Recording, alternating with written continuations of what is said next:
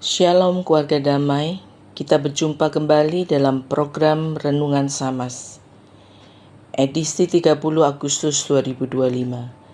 Sehati sepikir dalam satu kasih dan satu tujuan. Marilah kita berdoa. Terima kasih Tuhan, Engkau sudah memilih kami menjadi anak-anak Tuhan. Kami juga bersyukur dan berterima kasih atas kasih dan penyertaan Tuhan di sepanjang kehidupan kami. Kami juga telah menerima anugerah yang luar biasa karena telah menjadi bagian dari gereja Tuhan.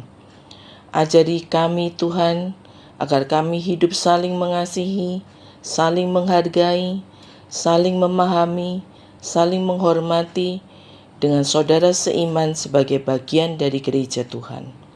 Di dalam nama Tuhan Yesus kami berdoa dan mengucap syukur. Amin. Bacaan diambil dari Filipi 2 ayat 1 sampai dengan 5. Jadi, karena dalam Kristus ada nasihat, ada penghiburan kasih, ada persekutuan roh, ada kasih mesra dan belas kasihan. Karena itu, sempurnakanlah sukacitaku dengan ini. Hendaklah kamu sehati sepikir dalam satu kasih, satu jiwa, satu tujuan. Dengan tidak mencari kepentingan sendiri atau puji-pujian yang sia-sia. Sebaliknya, hendaklah dengan rendah hati yang seorang menganggap yang lain lebih utama daripada dirinya sendiri. Dan janganlah tiap-tiap orang hanya memperhatikan kepentingannya sendiri, tetapi kepentingan orang lain juga. Hendaklah kamu dalam hidupmu bersama menaruh pikiran dan perasaan yang terdapat dalam Kristus Yesus. Renungan Samas beberapa hari yang lalu sudah membahas siapa itu gereja. Seringkali kita bicara tentang gereja yang ada di benak kita atau pandangan orang pada umumnya adalah sebuah gedung atau bangunan tempat ibadah orang Kristen. Tetapi sebenarnya gereja adalah kumpulan orang-orang percaya. Orang percaya adalah orang yang mengenal pribadi Yesus dan percaya Yesus adalah juru selamat.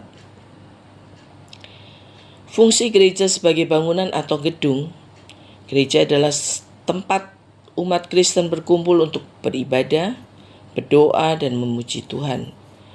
Gereja adalah komunitas umat Kristen yang saling mendukung dan melayani satu sama lain. Gereja dapat menyediakan berbagai macam jenis pelayanan seperti pendidikan agama, konseling, dan bantuan sosial. Gereja dapat menjadi tempat pengajaran agama dan pendidikan spiritual bagi umat Kristen. Kalau semua fungsi gereja itu boleh berjalan sebagaimana seharusnya, maka betapa menyenangkannya kehidupan bergereja. Karena kasih Tuhan benar-benar hadir di tengah-tengah kehidupan bergereja kita, terutama dengan saudara seiman, dan akan berdampak kepada sesama dimanapun kita berada, boleh menjadi berkat bagi siapapun yang kita jumpai. Namun, pada kenyataannya yang kita jumpai di dalam gereja, masih banyak perbedaan pendapat.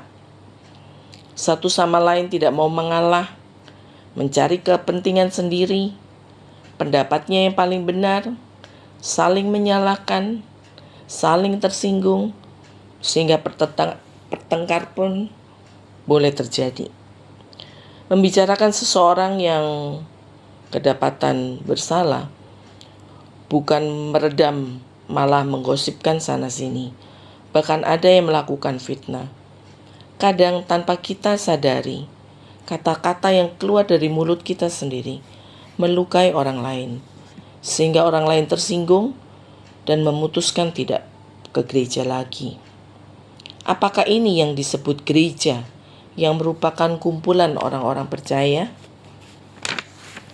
Melalui bacaan Injil dari Filipi 2 ayat 1-5, kita semua diingatkan kembali untuk hidup bersama, sehati sepikir, dalam satu kasih, dalam satu jiwa, satu tujuan, sehingga nama Tuhan yang dimuliakan. Marilah kita masing-masing dengan sadar dan punya rasa tanggung jawab sebagai bagian dari gereja untuk ambil bagian secara aktif sesuai dengan talenta yang Tuhan berikan kepada kita masing-masing.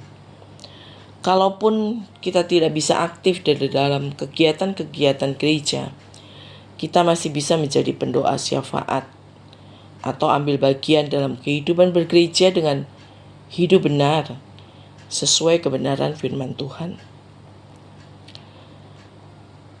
Dan menjadikan gedung gereja berfungsi sebagaimana seharusnya, sebagai tempat beribadah, tempat berdoa, tempat memuji Tuhan, sebagai tempat komunitas umat Tuhan yang saling mendukung, melayani satu sama lain, juga sebagai tempat pelayanan, pendidikan spiritual, bantuan sosial, baik di kalangan sendiri maupun di sekitarnya.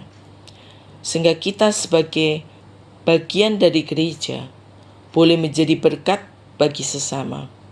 Sehingga banyak jiwa-jiwa baru yang boleh merasakan kasih Tuhan Yesus yang hidup melalui kesaksian hidup kita sehari-hari. Sehingga banyak jiwa yang boleh dimenangkan. Dan semuanya itu hanya untuk kemuliaan nama Tuhan Yesus, Juru Selamat kita semua. Amin.